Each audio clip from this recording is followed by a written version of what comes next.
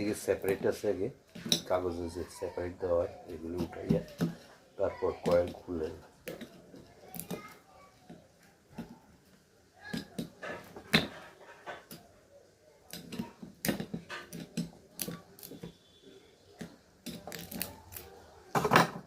এটা হলো কয়েলের সেপারেট।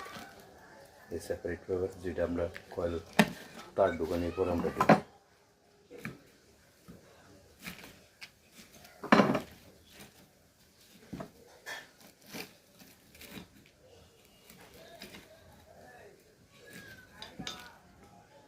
এখন আমরা এটারে হিসাবের জন্য বেঁধে রাখি।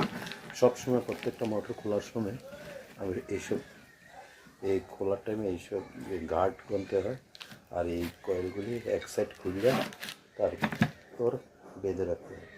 বেঁধে রাখলে হিসাব মানে এটা গণা যায় কত প্যাচ আছে, কত টন আছে। তাহলে আমরা এইভাবে বেঁধে নেব কয়েলটারে এক সাইড উঠানোর পরে। এক সাইড উঠাইয়া এইভাবে বাঁধা, এইভাবে যেমন এটার পানছি, এটা 12 গার্ডেরটা এই বড় কয়েল।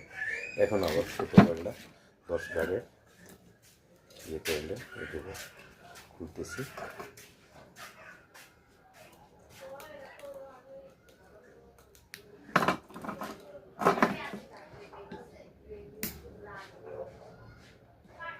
যে কোনো ইলেকট্রিক মোটর খুলতে হবে হিসাব করে বুঝছে শুনে, খুললে অ্যাকুরেট হিসাব পাওয়া যায়। খুললাম